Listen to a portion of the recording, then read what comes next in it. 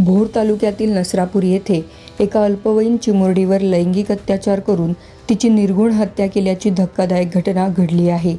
या घटनेमुळे संपूर्ण महाराष्ट्र हादरला असून राज्यभरातून संतापाची लाट उसळली आहे। या प्रकरणातील आरोपीला फाशीची शिक्षा व्हावी अशी मागणी होत असतानाच आता आरोपीच्या कुटुंबियांनी प्रथमच प्रसारमाध्यमांसमोर येत आपली भूमिका मांडली आहे। आरोपीची पत्नी आणि मुलाने आरोपीच्या कृत्याचा तीव्र शब्दात निषेध करत त्याला कठोरात कठोर शिक्षा देण्याची मागणी केली आहे। आरोपीच्या पत्नीने माध्यमांशी बोलताना अत्यंत भावनिक आणि संतप्त प्रतिक्रिया दिली आहे। त्या म्हणाल्या, ज्या ठिकाणी त्या निष्पाप चिमुरडीवर अत्याचार झाला त्याच ठिकाणी त्याला ठेचून मारलं पाहिजे। मला 11 नातवंड आहेत। ही घटना घडल्यापासून माझ्या घशाखाली अन्नाचा घास उतरलेला नाही। त्या चिमुरडीच्या आईवडिलांवर काय प्रसंग ओढवला असेल याचा विचार करून अंगावर काटा येतो।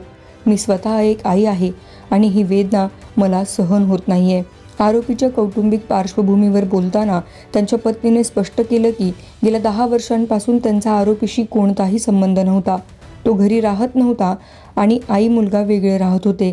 त्याला अनेकदा सन्मार्गावर आणण्याचा किंवा घरी बोलवण्याचा प्रयत्न केला, पण त्याने कधीच प्रतिसाद दिला नाही।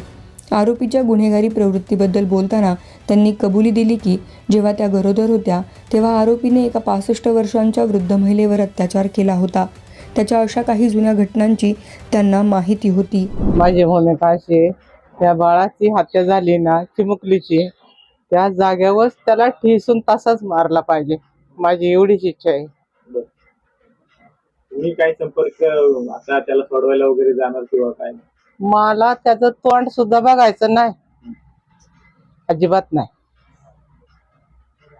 माझ्यापर्यंत कुणी त्याचं अंत्यविधी झालाय म्हणून सांगाय पण येऊ नाही काय, ही माझी नम्रतेची विनंती। गेल्या किती वर्षापासून संपर्कात नाही? 10 वर्ष झाली। आता तुमची हीच मागणी की त्यांना कठोर शिक्षा व्हावी, कठोर कोर्ट शिक्षा व्हावी, फाशीच झाली पाहिजे। फाशी नाही तर कठोर मग त्याला नुसती ठेचून शिक्षा मारला नाही, पाहिजे त्याला। ठेचून मारला पाहिजे। फाशी ते किरकोळ आहे, जाळला पाहिजे त्याला उभा, चौकांमध्ये त्याशिवाय असा जिवंत, न्याय व्यवस्थेवरती तरी माझी प्रश्न मनाची व्यवस्थित आग निवणार नाही।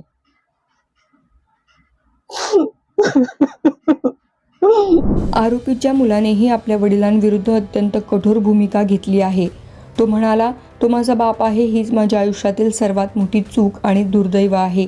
त्याने केलेल्या या क्रूर कृत्याचा मी जाहीर निषेध करतो।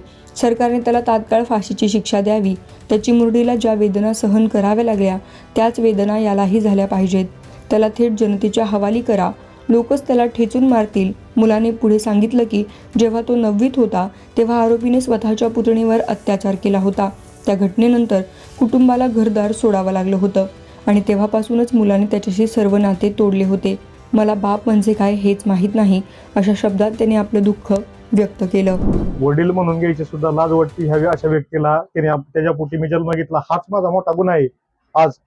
आणि ह्या चिमुकलीला हे जे काय घडले, हे अमानुषपणे त्यांनी जे हे केलेले कृत्य, ह्याला मला हे निंदनीय कृत्य अत्यंत, ह्याला कठोरातली कठोर शिक्षा म्हणजे त्याला फाशी झाली पाहिजे, त्याला ठेचून मारला पाहिजे तिथं त्याच ठिकाणी। त्या चिमुकलीला न्याय दिला पाहिजे। आज माझी बाची तशीच ती आहे मला। माझ्या बहिणीच्या किती 11 मला माझे बाचे आहेत। मला खूप वाईट वाटले अत्यंत। म्हणजे जी समाजातून प्रतिक्रिया तिखट उमटते, संतप्त प्रतिक्रिया तीच तुमची आमची तीव्र भूमिका आहे की त्याला ठेचून मारला पाहिजे। तीव्र भूमिका आहे, कारण की आम्हाला ह्यातमध्ये लय त्रास होतोय, मानसिक त्रास होतोय। जीव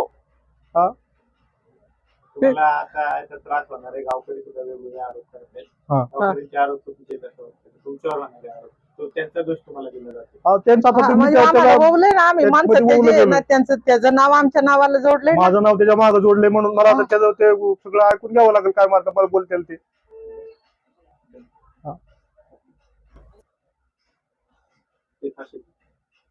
काय केलं पाहिजे आता शासनाने, काय केलं पाहिजे?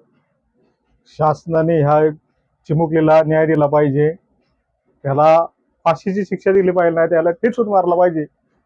आज छत्रपतींच्या महाराष्ट्रामध्ये आपण राहतो, न्याय व्यवस्थेवरती लोकांचा विश्वास उडला असं काय केलं तर एवढीच माझी विनंती आहे. मी ह्याच्यात काहीच बोलू शकत नाही, मी अपशब्द आहे. दरम्यान आरोपी तुरुंगात असताना त्याच्या मोठ्या भावाने जमिनीच्या व्यवहारातून मिळालेल्या पैशातून त्याला जामिनावर बाहेर काढलं होतं, अशी माहितीही आता समोर आली आहे.